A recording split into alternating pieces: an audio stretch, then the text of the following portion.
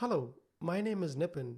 This is the second in a series of episodes based on my recent book, Are We Learning from Accidents? In this episode, we will discuss why culture is so often misunderstood within the risk and safety world, and to do that, we will take the story of the Costa Concordia. In 2012, the passenger ship Costa Concordia sank off the coast of Italy, resulting in the death of 32 people. The captain was accused of sailing too close to the islands and sentenced into prison. Using this story, we will discuss why our existing understanding of culture, often rooted in psychology and focused on measurement, needs to be challenged, and how we can come to a more holistic and balanced view on culture. The Costa Concordia was a ship of 114,000 gross tons, 13 deck high, 290 meters in length, and 8 meters in draft, owned by Costa Crociere, a subsidiary of Carnival Corporation. Built in 2006, the ship could carry up to 3,780 passengers and 1,110 crew.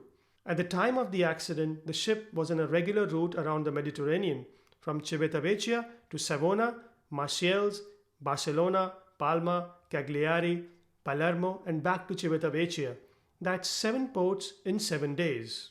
On 13 January 2012, the Costa Concordia sailed out from Civitavecchia, bound for Savona.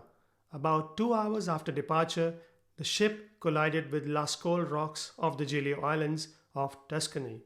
The contact with the rocks resulted in a 53 meters gash in the ship's side, leading to progressive flooding and capsizing of the ship. Within 48 hours of the accident, the company's CEO issued a press statement. We cannot unfortunately deny human error. The company cannot be associated with this behavior. The captain took a decision on his own, which is contrary to our written and certified rules. This route was set correctly upon departure from Civitavecchia. The fact that the ship deviated from this route is solely due to a non-approved and unauthorized maneuver and which Costa Crociere was not made aware of. The procedures implemented after the ship hit the rocks did not respect in any way the strict rules, procedures, and training we have given to our officers. Coincidentally, on the same day, a former ship captain and a safety expert appeared on television making the following statement.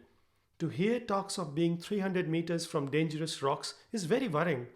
In my long career, I have never heard people talk about such situations in terms of meters. It's always in terms of miles, so I do not understand how this can suffice as an argument. The weather was favorable, there was good visibility, and this was a familiar route, so it is very perplexing how an accident of this kind occurred. Amongst other things, the captain was criticized for his casual attitudes towards formulating the ship's voyage plan, sailing 0 0.5 nautical miles too close to the coast, and disregarding to properly consider the distance from the coast. In 2017, the Court of Cassation, Italy's highest criminal tribunal, sentenced Francesco Schettino to 16 years in the prison. If there's one image of the accident that people can recall instantly, it would be the kamikaze captain on navigating the ship too close to the islands. In the cruise industry, this maneuver is famously referred to as a sail past, but to an outsider, it appears as a case of violation of safety rules in keeping the ship at a safe distance from the shore. What explains this mismatch? How can we understand it? We asked Francisco, tell us, what was your motivation to navigate close to the Giglio Islands?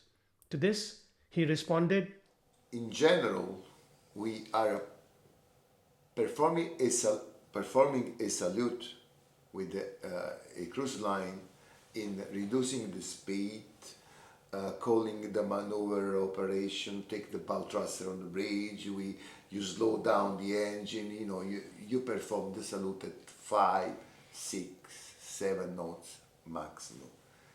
This was not any kind of touristic navigation that was, let's say, this was simply a passage at 0.5 nautical miles from shore. Was not any special practice because we didn't have time to lose to slow down the engine, to go very close to the land.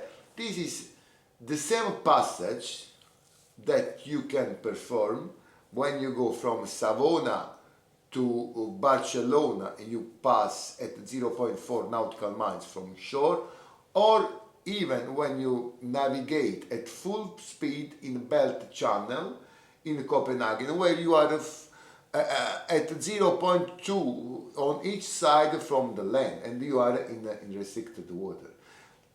Was not the practice that you perform. Let's say you pay tribute to the island or to make the passenger happy, to offer an additional value to the cruise. Obviously, even if you are passing by at zero point 0.5 nautical miles, still is interesting for the passenger to see.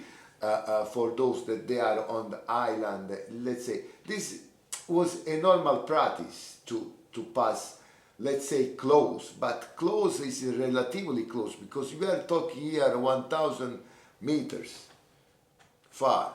Obviously, if you speak to a captain of a tanker, of a very large crude carrier, where they never see the land, even when I was an officer on a very large cruise carrier, you have a different parameters to establish the distance. But when you are a cruise ship captain and you on daily basis you navigate through the Venice Channel, fjords, the fjords in the South Pole, Ushuaia, big channel, and so it was nothing so special, just to make a course deviation on a waypoint at zero point 0.5 nautical miles from the bathymetric of 10 meters from the land.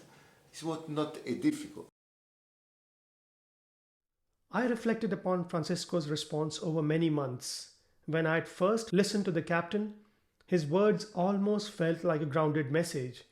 This is my identity, my world, and this is what I do, day in, day out. Why would you punish me for doing my work? How can you accuse me for existing? But there is a powerful expression here that I was emotionally and anthropologically drawn to. This was a normal practice. While the world, including the leading industry and safety experts, are pointing their fingers at the captain for being negligent, 5 years later, the man is still convinced that he did nothing wrong by taking the ship close to the islands. In this episode, we will examine the following questions. What are normal practices and why do we need to understand them? Where are we today with our understanding of normal practices? This question will be answered by questioning our assumptions about how human beings learn, unlearn, and make decisions, and offering an alternative framework that would help us explain how normal practices are acquired and shared between people. This framework will then help us to understand how a high-risk maneuver became a normal practice. Next, we will question why normal practices remain so misunderstood in our current and even contemporary approaches in safety sciences. And finally, this episode is not just about the Costa Concordia, but about every organization. We will bring this discussion to an end by understanding how we can uncover what is normal within our organization. Each of these questions will be addressed through stories and experiences that we can all relate with. So what are normal practices and why do we need to understand them?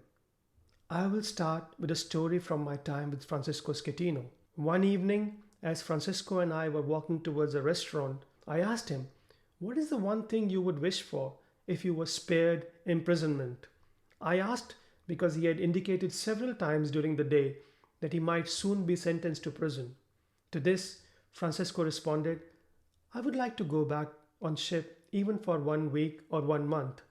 It feels as if some lamppost fell on my head. It was totally unexpected. I can understand and fully accept if it happened in dense fog when gusting, but this was just a normal day at sea." Francisco's words should sound familiar to the risk and safety industry. As Charles Perrow wrote in his book 4 decades ago, accidents are normal. In fact, when you read an accident report which states clear sky, moderate winds, good visibility, it is a metaphorical expression of a normal day at sea. In the risk and safety world, normal practices are often referred to as adaptations, improvisations, trade offs, adjustments, deviations from rules and standards, and more generally, the gap between documented processes and the realities of frontline work. Understanding and addressing those gaps is one step forward towards managing the risks. So, where are we today with our understanding of normal practices? This question will be answered by questioning our basic assumptions about how human beings learn, unlearn, and make decisions, and offering an alternative framework that would help explain how normal practices are acquired and shared between people in any organization. Let's begin with the foundation of safety. Safety as a discipline is primarily a Western idea. Regardless of all the advances we have seen, safety as a discipline has not moved beyond the Newtonian thinking and the symbolism of Christianity. More on this later. The basic philosophy of safety still remains embedded in 1. A search for certainty and order through measurement, 2. Avoidance of harm, 3. Fear of sin and death, and 4. Brain as the location of human mind and the source of error. It is in the latter that we will begin to unpack and understand normal practices. Traditionally, safety points at the brain as a source of all decision making. Brain as in the control tower of the body. Brain as in a disembodied computer issuing commands to the body. But when we turn to leading thinkers in education and learning, we see a different view of the brain. In this TED Talk, Ken Robinson, one of the greatest educationalists of our time, says, "If you were to visit education as an alien and say, 'What's it for? Public education?' I think you'd have to conclude, if you look at it, the output, who really succeeds by this? Who does everything that they should? Who gets all the brownie points? Who are the winners?" I think you'd conclude that the whole purpose of public education throughout the world is to produce university professors, isn't it? They're the people who come out the top. And I used to be one, so there. And I like university professors, but we shouldn't hold them up as the high watermark of all human achievement. They're just a form of life, another form of life, but they're rather curious, and I say this out of affection for them. There's something curious about professors in my experience. Not all of them, but typically they live in their heads. They live up there and slightly to one side. They're disembodied, in a kind of literal way. They look upon their body as a form of transport for their heads. What Robinson referred to as people who live up in their heads is a typical image of disembodiment. The idea of a disembodied mind was originally based on the work of René Descartes, sometimes referred to as the father of modern philosophy. Descartes' thesis, otherwise referred to as Cartesian dualism, viewed the human brain as separate from the body, hence disembodied, even superior to the body, and the brain equipped with the power to control the body. For Descartes, the body is a servant to the brain. The body follows the command issued by the brain. All life is lived in the brain, or rather, life becomes brain-centric. Some years ago, I ran a social experiment at my daughter's school. I was invited to share my views on learning with a class of about 24 9-year-olds. I started by asking them to give me 5 words or phrases that came to their mind when they thought of learning. In the image are the main themes that emerge from this exercise: education, logic, expanding knowledge, big brain, common sense, knowledge, putting information in mind, expanding knowledge, education to prepare for the future, comprehending what is taught, using the things that are taught, reflecting on mistakes. My social experiments at the school revealed a powerful story. Nearly 5 centuries on, Descartes is still alive in our world. What came as a surprise to me was that such a brain-centric view on learning begins so early in life, and for most of us, it continues through our lifetime. Safety as an industry is no exception to this brain-centric view of how human beings learn, unlearn, and make decisions. That people use reasoning, logic, information, and they reflect on their choices before they make decisions is the basis of safety management systems. One only needs a quick glance at the questions and slogans of risk and safety to observe the power of brain centrism. For example, why did you not follow the procedures?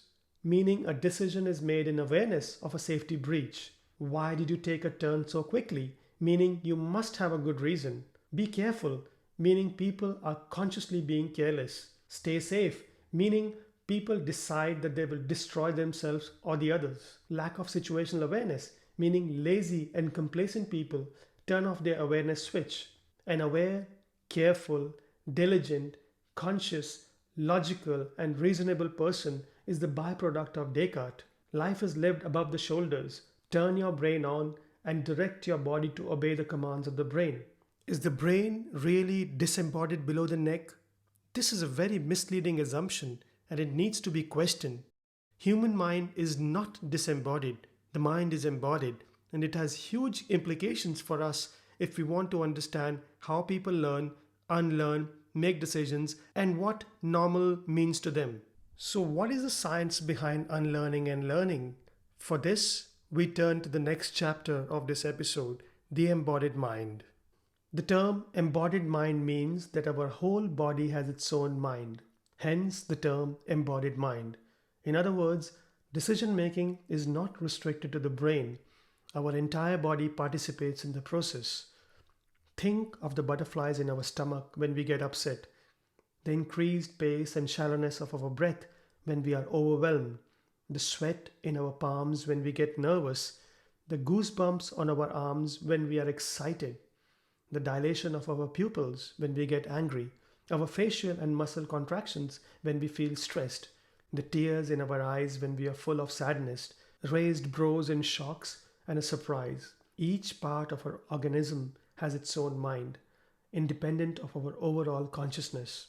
Thinking about how the mind functions based on topical studies in cognition and neurosciences brings a fundamental shift in our perception of how the human mind functions and how we as humans learn, unlearn, and make decisions. As Guy Claxton states so eloquently, the brain is not the control tower of our body. Instead, the brain works like a coordination warehouse. The mind is embodied. In social psychology of risk, we don't speak of having a mind, we are our own minds. In social psychology of risk, we use a model called one brain and three minds as a foundation to illustrate the embodied nature of the human mind. Together, the three modes of being or thinking, head, heart, and gut, represent the whole person instead of the prevailing brain-centric view of humans. As with all models and semiotics, these diagrams are subjective and will be interpreted in different ways. They also have limitations and need to be understood with regard to their purpose. The use of a speedometer is only helpful to communicate the speed of human decision making. Mind 1. In Mind 1, we are in rational, logical, and analytical mode. Think of Mind 1 as a state when we learn to follow the rules of the trade and slowly start to earn confidence and respect within our profession. When we follow a checklist, instruction, or a procedure in order to carry out a particular task, we usually do it slowly and methodically. Decisions made in this mode are neither fast nor efficient. Even simple hand-eye coordination when using a tool can take months or years of repetitive practice. Mind 2. Mind 2 is about thinking heuristically, thinking that relies on learned shortcuts and practiced habits. This mind state is in the process of developing into automaticity. This kind of decision making is essential for humans in order for us to be fast and efficient. This is decision making based on patterns, trial and error, and habits that have become infused, or rather embodied, into our thinking through experience, and it is triggered by perception, experience, or memory. Much of this type of decision making does not involve any rational choices or analytical thinking. It is quick and efficient. Mind 3. Mind 3 is about total automaticity, what Damasio states as non-conscious decision making. In this state, one is unaware of the process of deciding, thinking, or rational processing. This is often referred to as gut thinking or intuition, and it is commonly understood as being on autopilot. Embodied learning. Learning is not a brain-centric exercise. The entire body participates in the process of learning. Consider learning to drive or an apprentice's experience when entering into a trade. In the first few weeks, and months, learning takes place in mind 1. The novice, driver, or an apprentice is slow, reading the rules, systematically following the process, and analyzing their movements in carrying out the demands of the role. Gradually, we move to a level of autonomy, automaticity, and confidence in which frequent consultation of rules and processes, both formal and informal, is not required anymore. The novice is now a beginner, slowly settling into their role, learning the tricks of the trade, finding their own balance, comfort level, and risk tolerance through trial and error, watching others and learning from the social surroundings, and only occasionally, when encountering novel situations, returning to rules, instructions, and peer consultations. This is mind 2. Finally, we come to mind 3. This is the super efficient, super fast mind. As Polanyi suggests, at this stage the person feels and knows more than they can tell because years of accumulated skills have become embodied within that person. Both repetitive work and novel situations can be comfortably and efficiently managed with little effort in this mode of being. In fact, in most skilled professions, becoming efficient in mind 3 is a requirement to be considered an expert in the trade. You can see why the captain sees sail past as a normal practice while the rest of us are left shocked. The captain is operating in mind 3 while we are making judgments by evaluating his decisions in mind 1. I will return to this soon. How we learn and unlearn. A personal story of learning, unlearning, and human fallibility. One of the challenges when I first took driving lessons in the UK was to unlearn the habits I had acquired in India. Those habits were neither good nor bad. They were simply not suited to the UK driving context. My first tutor, who I felt was a racist, kept reminding me to let go of my Indian habits. Instead of the joy of learning, I experienced a sense of shame, guilt, and fear during my lessons. I failed my driving test 3 times. When I discussed this issue with my wife, she was quick to suggest that I change instructor. My new instructor, Rob Cooling, was a joy. He was patient and non-judgmental, and what I would now call open to fallibility. I even left him a feedback note. At the time of writing, nearly 12 years after I passed my test, it is still on his website. I did more than 30 hours with another driving school in Nottingham and appeared for 3 tests only to realize that it was not working for me. Went to the internet and read some reviews about Apple Driving School. Rob turned to be exactly the same as most people commented. Very friendly, patient, and positive. Rob's unique style is that he gives you a lot of freedom to make mistakes and learn from them. He makes sure that you know your stuff well before you're ready for the big day. Just 2 lessons with Rob and I passed with 4 minors. I'd highly recommend Rob to anyone and everyone. As I look back at my notes on Rob's website, I'm overwhelmed by the emotions. This man had the wisdom that I find lacking in many professional coaches, seasoned mentors, teachers, and leaders. He worked with me, clearly felt my frustration, and embraced my fallible being, which gave me back the confidence I had lost with my previous instructor. All this was helpful not only in passing the test, but in thriving when driving in a new environment. Despite spending so many hours with my previous instructor, I could come out of mind 1 slow, systematic, calculative, combined with the fear of making mistakes and being reminded of my national habits. But in less than 2 hours, Rob encouraged me to experience the joy of driving as a whole person, connecting mind 1, 2, and 3. That is the essence of learning and flourishing when we find someone who embraces fallibility and our whole being. Now, this lived example illustrates what it takes to help people to learn and unlearn, especially when risk becomes part of their lived experiences, habits, heuristics, and rituals. In other words, risk becomes a normal practice, all in a day's work for a professional. This holistic embodied approach to how human beings learn and make decisions is well documented in a range of studies in theology, mythology, analytical psychology, neurosciences, neurobiology, biology, and evolutionary sciences. I have written about learning in my own book in much detail with lots of stories and examples. The biologist Rupert Sheldrake sees learning and unlearning as a process of going from sensitization to habituation, that is, mind 1 to mind 3. When we are new to an environment or to the world as newborn babies, everything is exciting and arousing as we perceive the world through our five senses. This is mind 1. Gradually, with time and through hit and trial, repetition and practice, failure and successes, we become habituated to our environment. What was once novel and stimulating starts to penetrate into our bodies and becomes mundane and normal. Rituals, habits, and heuristics are again examples of habituation. Sheldrake's work is a natural fit with embodied learning.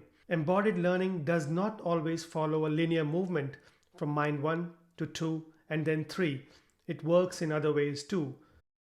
Because we are essentially social beings, much of our learning also occurs through mimicking.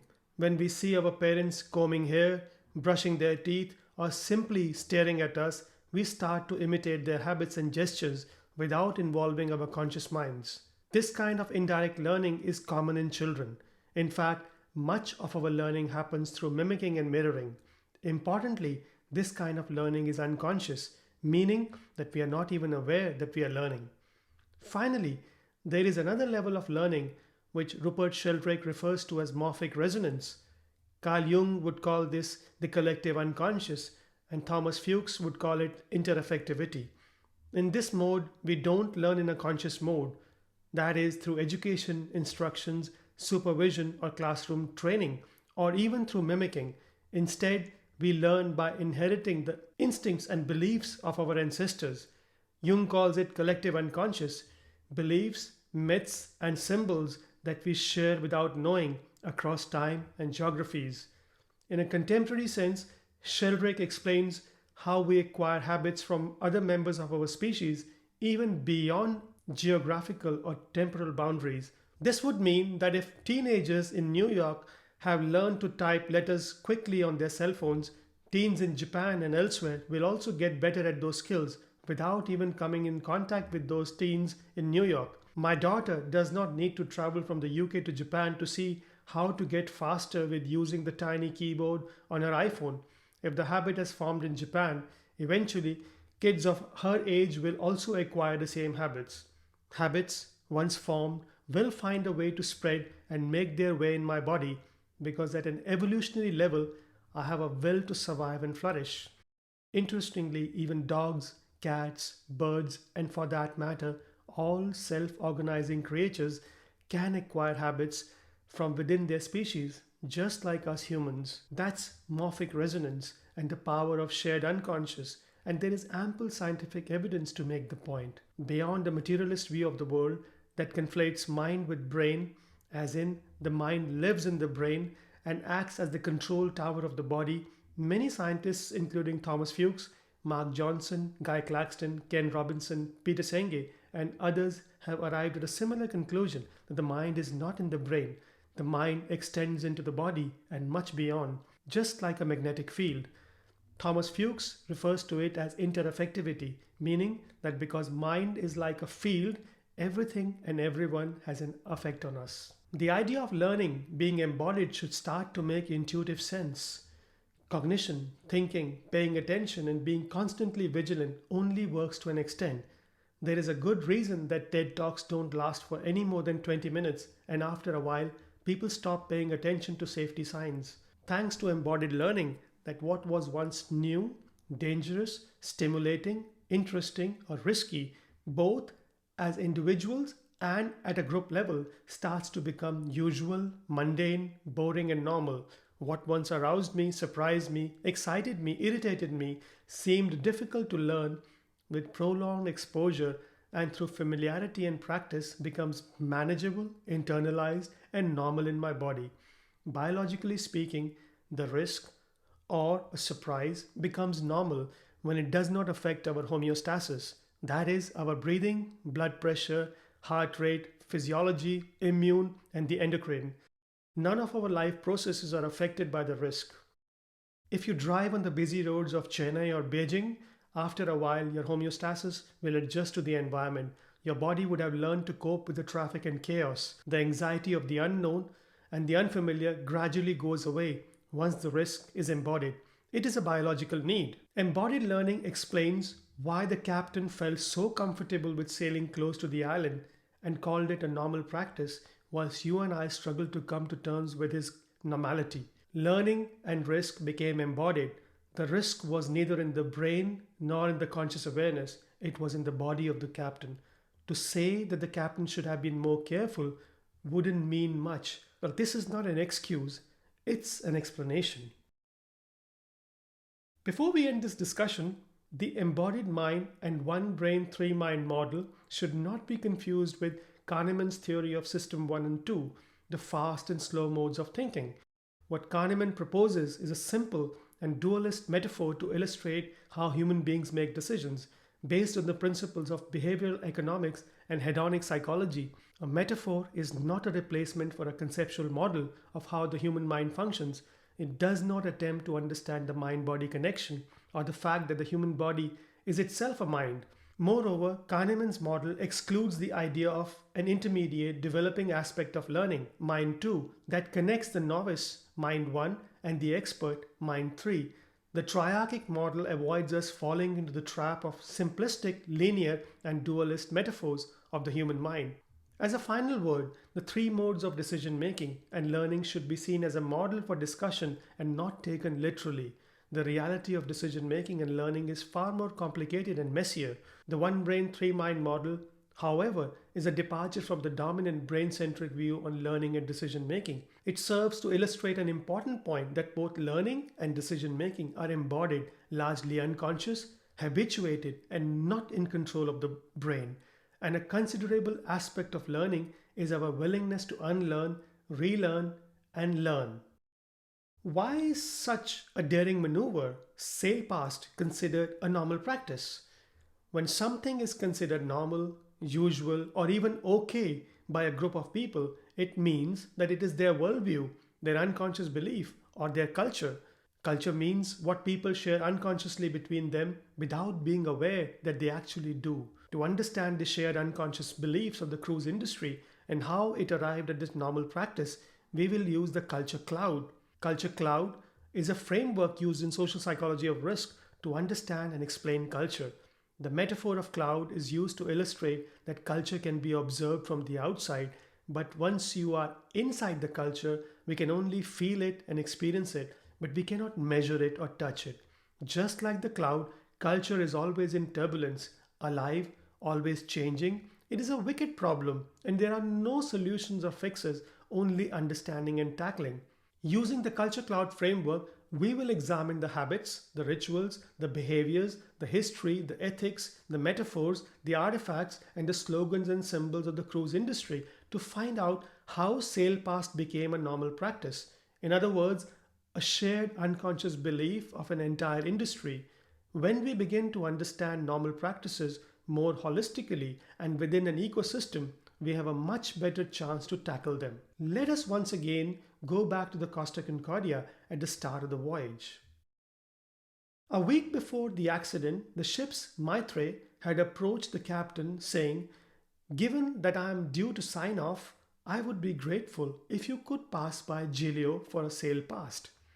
This was the second time the maitre had made the request. The first time, the weather had not been favorable, so the captain had refused. But on this occasion, the captain felt obliged to fulfill the expectations of the maitre. During our interview, the captain told me, "The maitre was asking me to perform the maneuver, so I said, okay, I will come to the bridge." It was kind of a reward as this man was good, and also there was a former captain at Giglio, so I thought I will make happy both of them. Based on a second request from the same maitre, the captain had asked his second officer, "Have a look to see what speed we need to get out of here and approach Giglio. Let's chart the route then. Is half a mile okay, Captain? There's enough depth of water there." This exchange of words between Captain Francisco Schettino and the second officer on board the Costa Concordia on 13th of January was recorded in the interrogation report. Following this exchange, the passage plan was amended by the second officer and approved by the captain for the ship to perform a sail past. The ritual of sail past. Seafarers have always been thrilled by sighting the coast after a long sea passage. Before the presence of our technologies and with the desire to connect with their families and the outside world, seafarers would look forward to phone calls, televisions, and radio signals from the shore. After living at the mercy of nature for months, the sighting of land would be bliss for any sailor. A new meaning of sail past. During follow up correspondence 2 weeks after our meeting in Italy, I called Francisco to ask why he felt the need to deviate the ship's course on request from the Maitre, to which he replied, Fleet wide was induced a sort of mentality to reward the hotel managers on board by paying attention to them. His request was not an exceptional one since the island was on the route, and passing close to any island is normal practice for a cruise ship. Why would an organization want to reward the Maitre in particular or pay any more attention to that person than to other crew members on board? Thinking about this question generated another question in my mind. Where is the power located in the ritual? Sifting through some of the cruise line websites, it's not difficult to understand this dynamic. Some of the world's most famous chefs are appointed on cruise ships to showcase their culinary skills.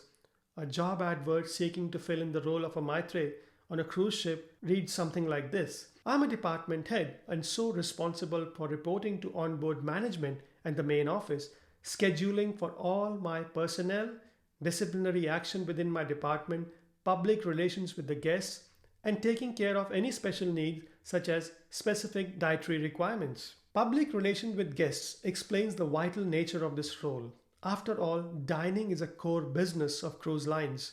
It is understandable then that any request from the maitre, given the power of that position, could not be taken lightly by the captain.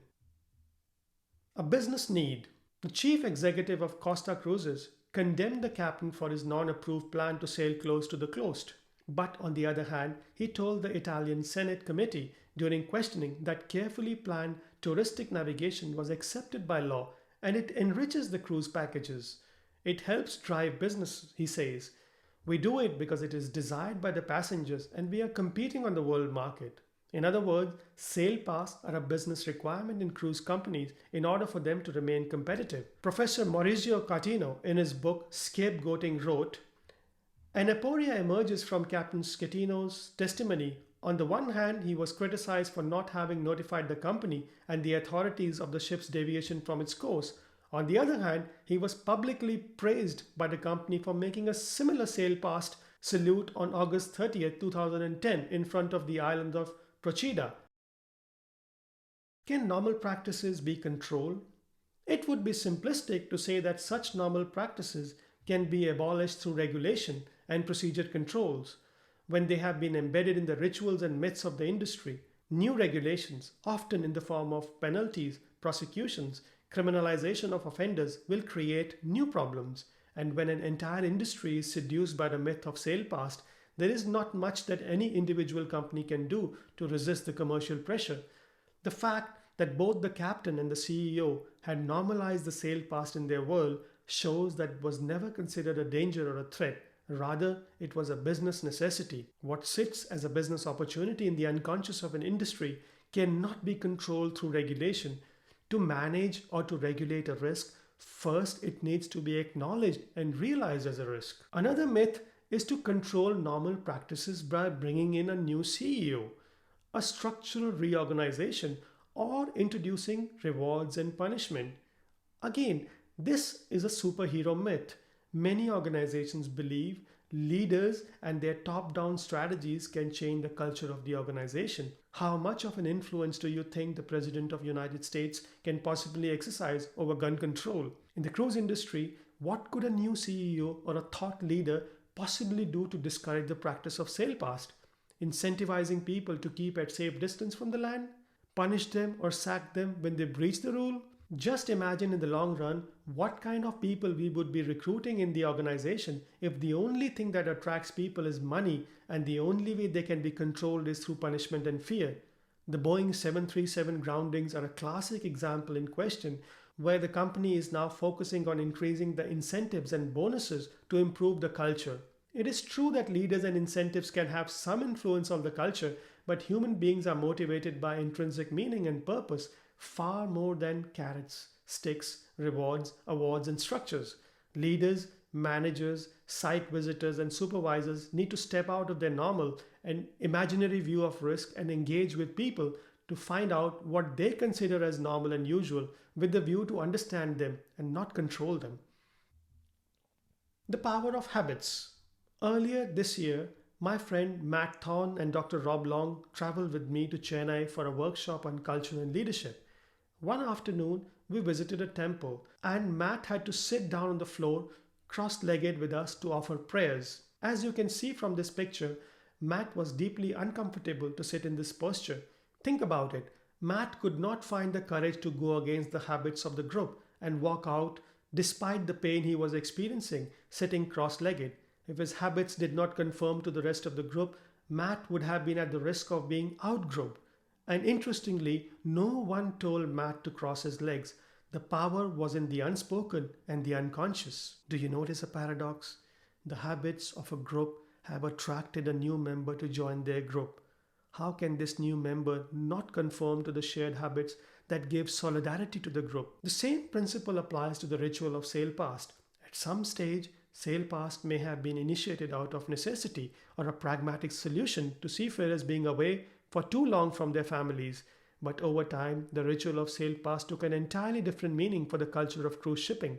It became an unspoken fantasy of cruise passengers and an implied expectation by the powerful people in the organizational structure. Once that happens in any culture, anyone who becomes part of the group will be unconsciously primed to conform to the norms and practices of that group, and they will automatically accept this as their new normal, as did Matt whilst in the temple in India. It requires much effort from any individual in the group, whether it's a CEO or the captain, to realize the power of the unconscious, let alone raise the courage and persistence to challenge it.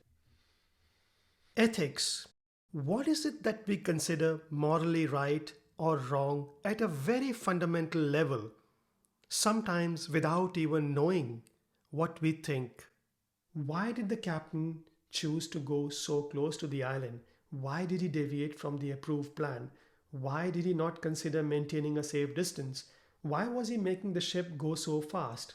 What was the rush? The framing of these questions is replete with value judgments. It is as if decision making is about an individual's binary choices between safety and efficiency goals. In this case, maximizing pleasure for the passengers whilst keeping the ship at a safe distance from the coast. But when I asked Francisco about his motivation to maneuver the ship close to the Giglio Island, his response reflected a strong sense of giving back to his community. He said, "I thought I will make happy both of them, that is the Maitre and his friend, a former captain who lived on the island." To me, it was a captivating insight into the ethical and moral values that underpinned Francisco's normal. From one viewpoint, the idea of making a crew member or a close friend happy by putting the ship in danger sounds ridiculous. It goes against the professional conduct of a ship captain who, in the modern Western world, at least is expected to conform to a set of rules and standards, code of ethics, and exercise judgment in their vocation.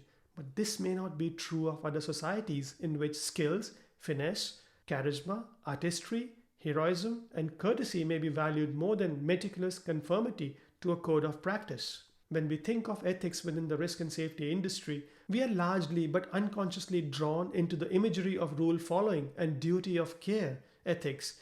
Where does this idea originate from, and what are the alternative ways to think about ethics? Expressions such as rule following, ethical conduct, and duty of care are the byproduct of monotheistic religions. In monotheism, a good life lived is about following the words of Jesus, Muhammad, or Jehovah. The details can vary, but the idea is that God created a perfect world and human beings born in sin are tempted to fall prey to error and fallibility. And so, the purpose of human life is to seek perfection by following the word of their God. The Ten Commandments, for example, offer guidance about how to live and behave in the world. And then on Judgment Day, it will be decided whether you have lived near enough to the expectations of God. Based on your thoughts, words, and deeds in this life, you will or won't be granted a place in heaven in your afterlife. Followers of polytheistic religion, on the other hand, and Hinduism is a prime example, believe in multiple gods and goddesses. God as in with a small g. There is no single preferred way to live life. Different deities symbolize different characters, and everyone is free to choose how to live their life. Human behavior is not governed by a set of rules. In contrast, the underlying basis of human life is dharma, that is, seeking harmony with existence and the laws of nature. Human subjectivity is celebrated in polytheistic religions. What is correct for a woman may not be correct for a man, and the idea of right and wrong shifts at different stages in one's lifetime. Reading the epics of the Mahabharata and the Ramayana, one gets the sense that the ethical basis of life is found in acting virtuously. For instance, how those in position of power should live their lives and why the mighty should care for the meek. Society is held together by morality, not the rule of law. It is natural to become frustrated when, despite our best efforts, the root cause of an accident almost invariably ends in procedures not followed. But in those instances, we should learn to recognize that it is much more than just the reluctance of an institution or an organization to search for answers beyond rule compliance. It is the ethics of risk and safety. What is fundamentally right and wrong at a basic level of the culture of safety industry? The industry is anchored to the same monotheistic myth of one God, one truth, and one set of rules as the guiding principle of life, otherwise referred to as the safety management system. As an industry, we have not evolved to appreciate what other cultures would consider right or wrong. For example, the decision of the captain of the bulk carrier ship Wakashio that went aground off Mauritius shook many seasoned investigators in the risk and safety world. The captain was condemned for deviating the ship from its course by navigating close to the land. Why did he do that? Because he was trying to find a phone signal to help his crew members communicate with their families. Maritime investigators stop questioning beyond the point where rule violation is determined without seeing the need to explore the moral values and beliefs of those involved in accident. In those moments, there is no need to get frustrated.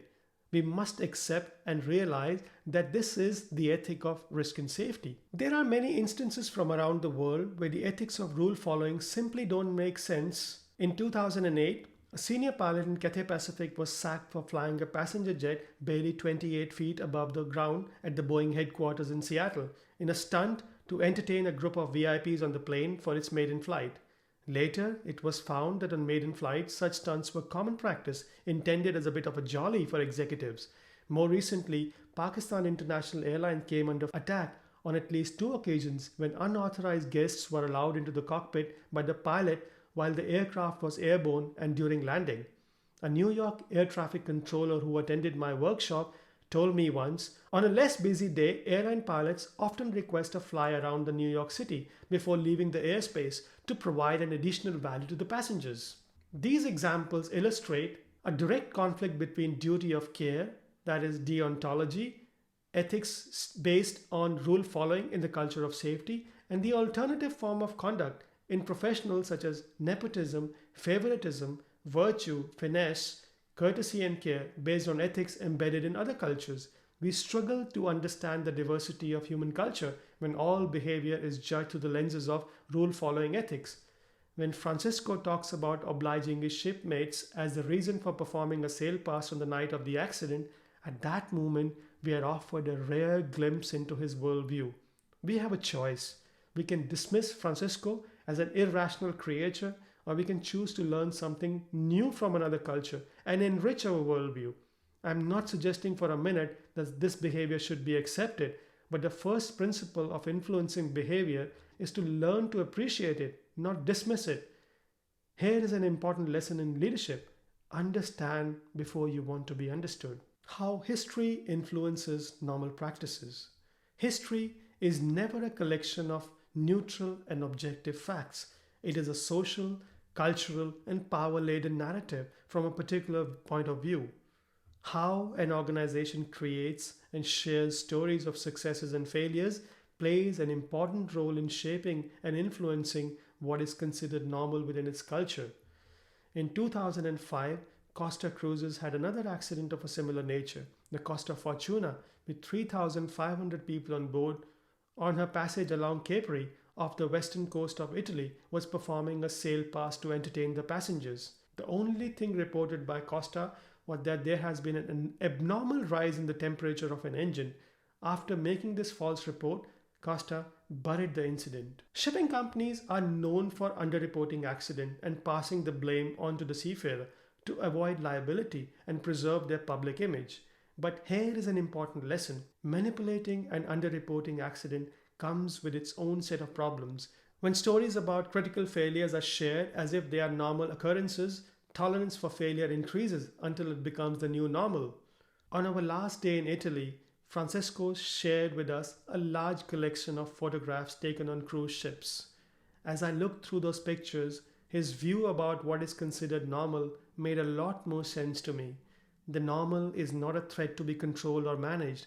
When the normal has become a prerequisite for the survival of your business, it is to be observed and understood. As one participant observed during a workshop, no one pays a fortune to travel on a cruise ship to look at the boring sea.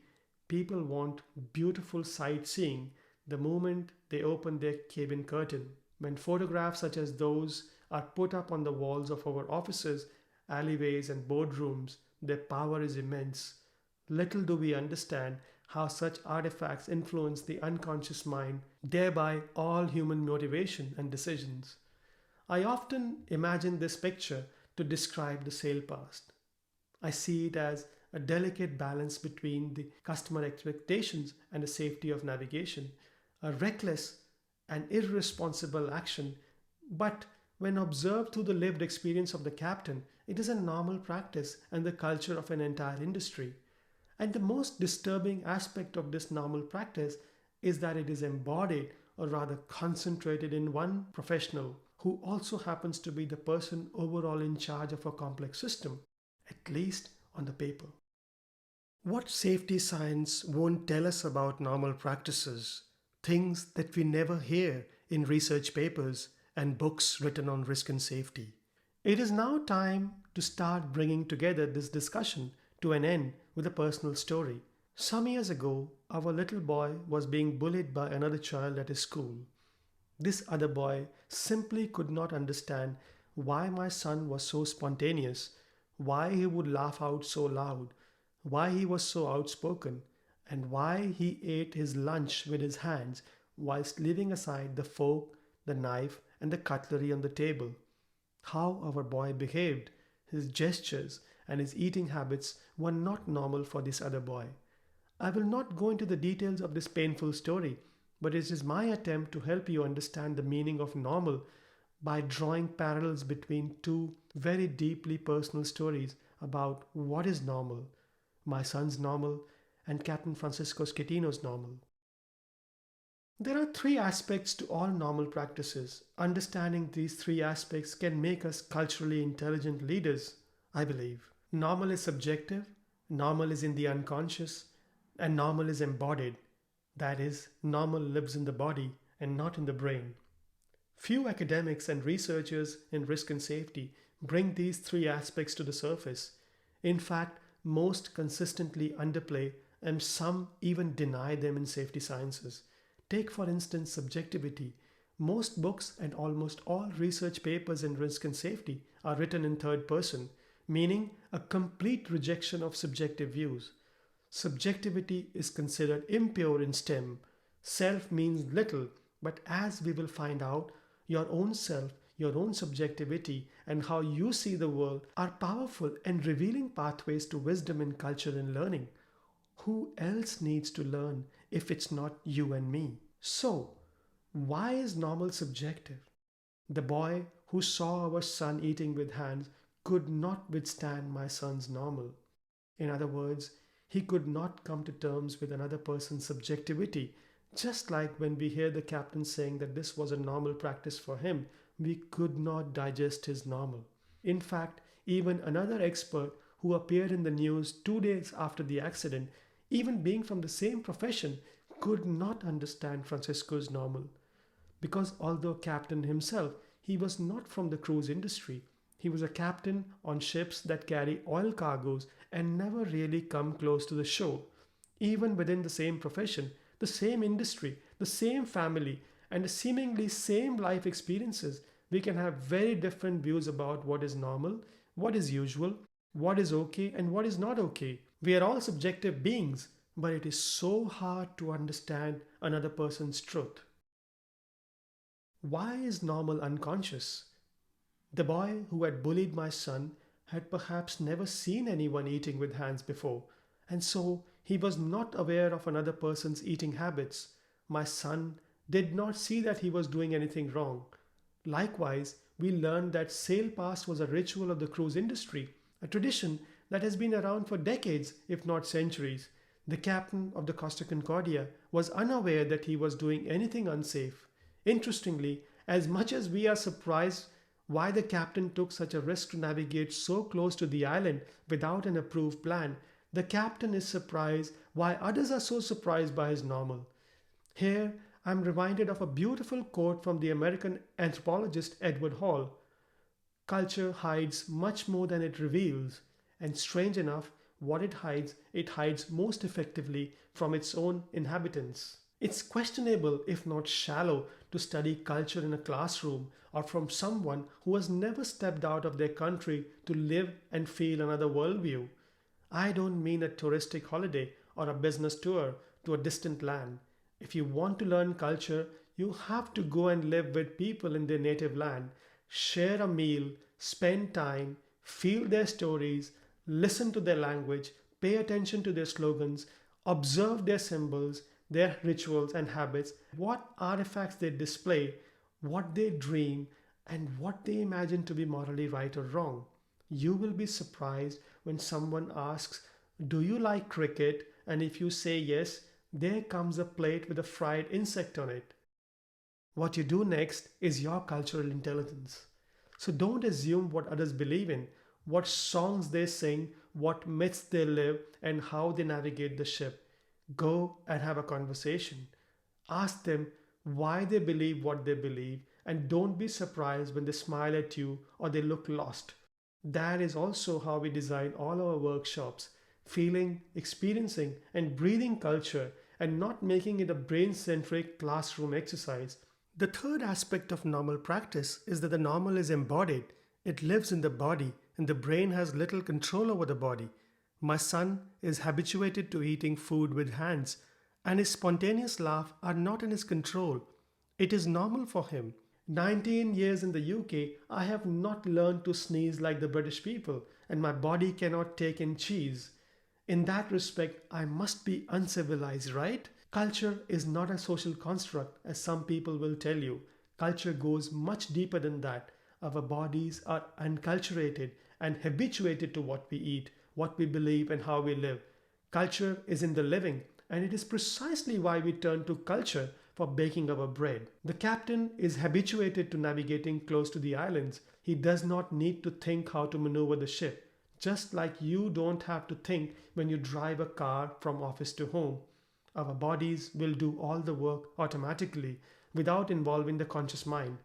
The normal is subjective, unconscious, and embodied. But these three aspects of normal are rarely, if ever, brought up in safety science books and research papers.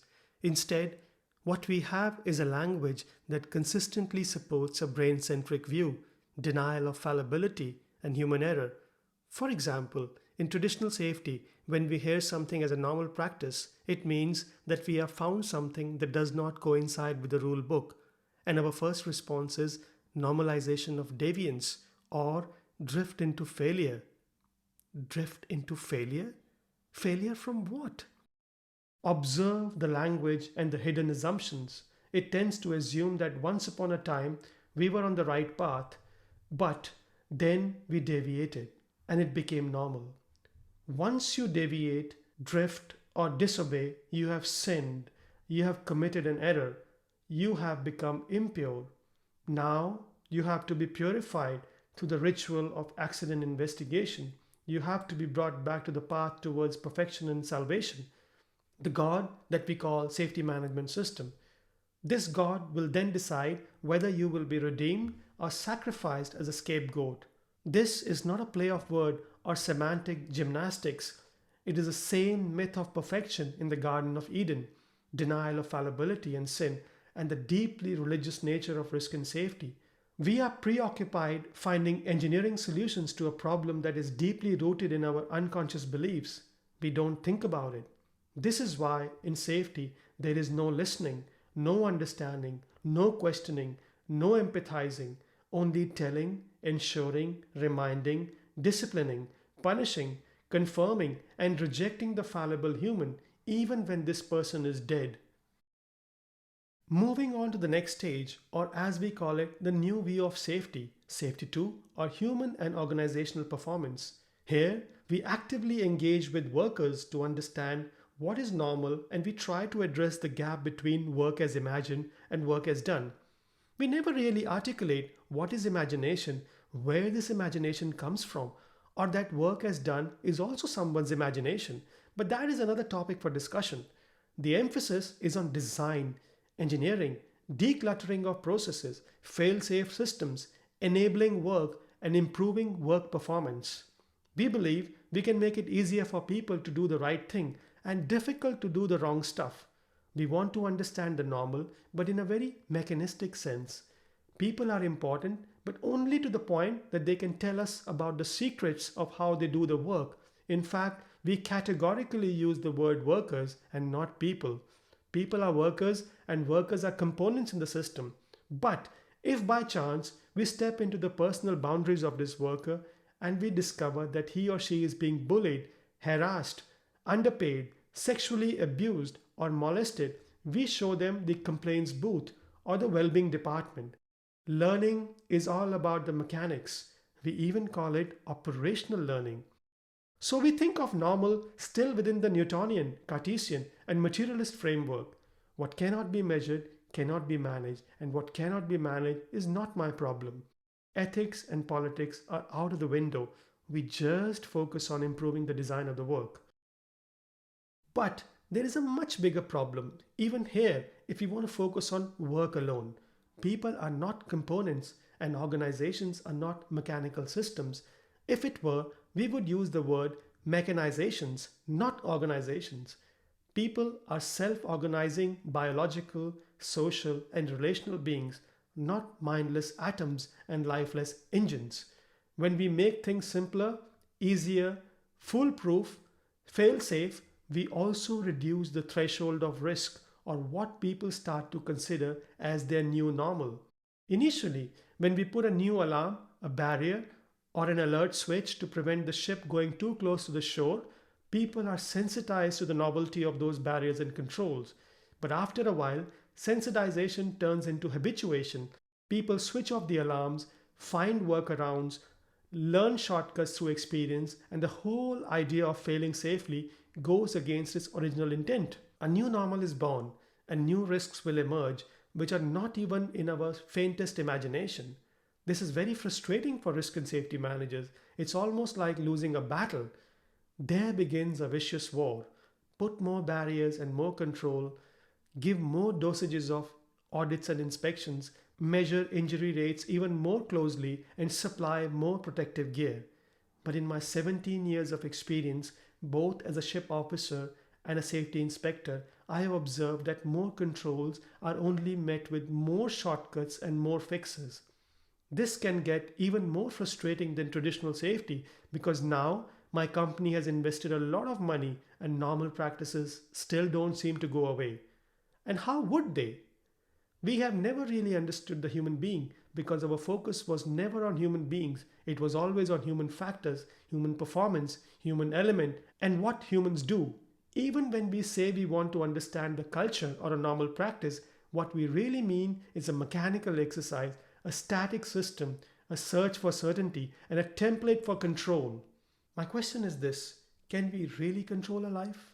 Do we really think we can control another person's beliefs, their habits, their ways of eating, or their faith in their own God, be it religion, sex, money, a new car, or for that matter, the new God of safety, Chat, GPT, and artificial intelligence? Another story comes to mind. A few weeks ago, I interviewed a forklift driver who had fallen off from his truck and injured his knee. The company was keen for me to find out what had gone wrong and how could such an accident be avoided in the future. I interviewed this person and asked, Khalid, what have you learned from this accident? Khalid smiled at me and said, "What is there to learn, sir? It's God's will. What control do I have on the situation?" Even today, in modern India, when someone dies, people would say, when your time has come, no one can save you, not even God. There is no belief in prevention or avoidance. It's an accident, and an accident happens, as it says on the label. We can laugh at these people, call them superstitious, dismiss their culture and their norms, and then come back to our own myth and our own normal ways of doing the five whys. Do we really think we can put barriers and structures on someone's beliefs, their faith, their habits, their sense of hygiene, and their threshold of what they consider as normal, safe, or pure, and make our systems fail safe? How can we be so naive to accuse someone for doing something wrong even when they tell us that they see nothing wrong with it? Apparently, safety science tells us that we are entitled to do that for the sake of safety. In fact, organizations have it within their power to ensure that organizational cultures override national cultures. Can we really control another culture? Every culture has its own myth and beliefs about what is normal and abnormal, what is acceptable and unacceptable, what is sacred and profane, what is impure and pure, and what goes up and what stays down. There are no universal laws that govern human culture. The ancient Greeks were so right in calling the earth Gaia, Mother Earth, as did many civilizations, including the Mayans and the Indians. This is not a poetic metaphor for an otherwise mechanical universe. The universe is a living organism. There is nothing static and mechanical in the universe. Even constants such as gravity and the speed of light are changing. All that we have done is designed a unit that we call a meter to absorb those changes over a period of time, just like we write KPIs and fudge the data to prove that we are all safe. All truth is unstable, paradoxical, temporary, and living. Even what we see as constants and universal laws are subject to change. Leading physicists and scientists are now coming to realize that what we claim to know today through science is only 4% of the universe. 96% of the universe is still dark energy, dark matter, and therefore a mystery. These are very shaky grounds for rationalism, deontology, positivism, pragmatism, utilitarianism, and all the philosophies of materialism, which together make the basis for safety sciences and give us a misleading view on culture. It should not surprise us that reductionist, materialist thinking leads us to believe that there is no such thing like culture, or the first rule of safety culture is not to talk about it at all. Such monodisciplinary approaches, rooted in measurement and matter, reduce people to atoms and machines. It appeals to us as an industry that seeks simple solutions to problems that are inherently messy, complicated, and wicked. Anyone who has raised a teenage girl or studied suicides would understand what happens when we try to control another person's normal without making any attempt to engage with it. If we really want to learn about culture or safety culture, we should read beyond psychology, human factors, or sociology and across disciplines. And we should travel far and live with another tribe for a period of time to feel and experience another form of life. We come to appreciate the power of culture by studying across disciplines and living and breathing another person's culture. We must learn to make the familiar strange and the strange familiar. If something about another culture excites us, irritates us, annoys us, chances are that we have reached the limit of our imagination. If we label those things as unsafe or at risk behavior without asking an open question, the problem is with us, not with the one who we are observing. This is a difficult message to digest in a video that lasts for just over an hour. It takes time, patience, and an open mindset to learn about culture. Reasoning, thinking, and classroom lectures are not so helpful when it comes to understanding and learning about culture. I was struck by the depth of the Aboriginal wisdom when I first saw these images.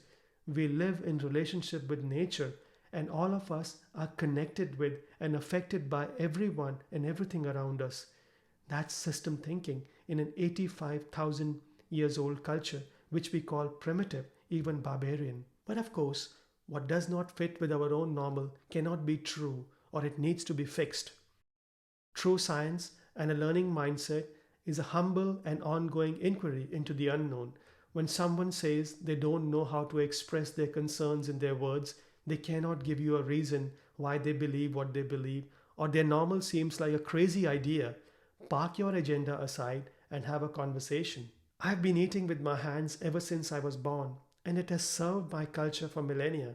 We all have different myths, rituals, and symbols about hygiene, safety, and purity. The problem is not that every culture is different. The real issue is when we start to believe that mine is better than yours or that mine is the only way to salvation. There's a good reason that the world's leading bank, HSBC, makes use of paradoxes as a marketing strategy. The food chain McDonald's serves cerveza in Spain, Maharaja burgers in India, and rice in Indonesia.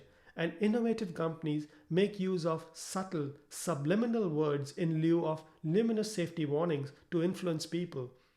We don't change culture by creating structures that are dismissive of what people believe in. We don't override people's senses, their tastes, and their preferences, and we don't stand tall to prove that I am right and you are wrong, and that I hold the key to your salvation. Organizations that truly understand the power of culture find ways to influence people unconsciously without controlling them.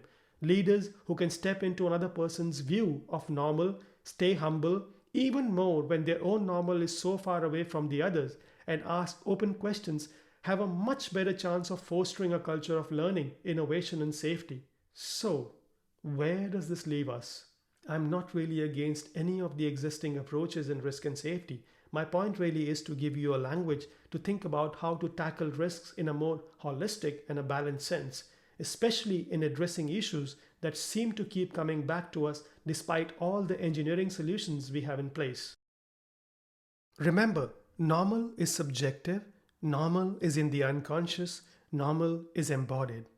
And here is a practical method that acknowledges all the three aspects of normal practices and what it means to be a human being. This is a visual method referred to as the IQ method in social psychology of risk, used for mapping conversations and understanding decision making using a whiteboard. Unlike forms and checklists, as you can see in this picture, it takes at least two people to engage, which means as a minimum, this is a social and relational method. Second, there is a lion facilitating the session with a toucan, a giraffe, a zebra, and a mouse. It symbolizes that when oral speech is turned into text on a whiteboard, people can start to visualize their own words and appreciate how each one sees the same thing differently. That's the starting point to entertain differences and realize our subjectivities. We all have strong views about what we think is normal, but now we can actually see that in the open. Third, no one rehearses what they will say when they come to a conversation. As we visualize our spontaneous words on a whiteboard, our beliefs, our decisions, and our misunderstandings start to become visible. How do I know what I think until I see what I say? That is precisely the essence of this explanation.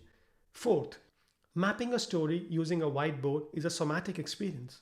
It is very different from taking a checklist from top to bottom or from left to right. After a while, the checklist ticking becomes a mindless exercise, but it takes a whole person to map a conversation. The active involvement of the whole body makes it a kinesthetic experience. We learn best by practice and doing. And unlike templates that constrain thinking, a whiteboard or a blank piece of paper also unlocks people's imagination about risk. A 10 minutes toolbox talk or a strategy conversation brings much more to the surface and creates more engagement than an hour-long telling and instructing. Finally, the lion is also the one holding the pen, keeping his ears to the group, and his visual focus is on the whiteboard. The picture symbolizes how the most powerful person in the room, who is often not used to listening, only telling and instructing, has now been deliberately asked to do precisely that. In other words, this is an ethical method, it is relational, and it addresses the problem of overconfidence and hubris that continues to dominate the risk and safety world. I know it all. Well, no one knows it all. A higher status or a salary package is not the key to risk intelligence. Quite often, the opposite is the case. There are many practical examples of how the IQ method works in practice on our YouTube channel. We've worked with many organizations around the world to bring a positive culture change using this method. My friend Brian Darlington has written a whole book on how to change a large-scale organization by using this method. The difference being that Brian started with understanding and mapping what people believed on the ground. Brian focused on personable problems, not scalable solutions. The book is downloadable for free. This is just one of the many tools we use in social psychology of risk to show how we bring people together to have conversations about risk that have long become normalized, gone in the unconscious, and become embodied.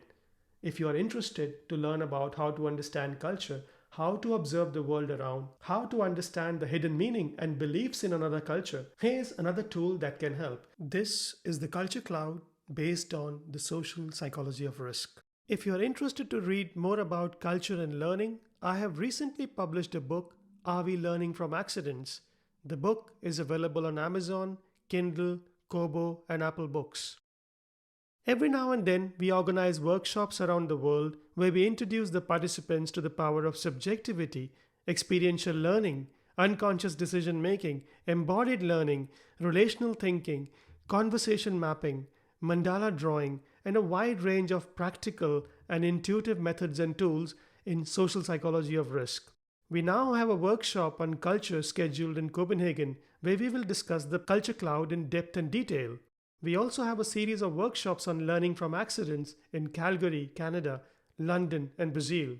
We also have an online workshop scheduled in December later this year. You can check out all our workshops by visiting our events page novellas.solutions/events. In the next episode in this series, we will discuss sense making and how human beings make decisions in a crisis situation using the same Costa Concordia story. Thank you for watching. Hi, I hope you're enjoying watching these videos and they are making you think a little bit. And if they are, please subscribe to our YouTube channel at Team Novellas. My name is Nipin. I'm a former ship captain, a master mariner, and I work at the intersection between anthropology, social psychology, and the neurosciences of how human beings learn, unlearn, relearn, and make decisions, particularly in groups, which we call collective sense making.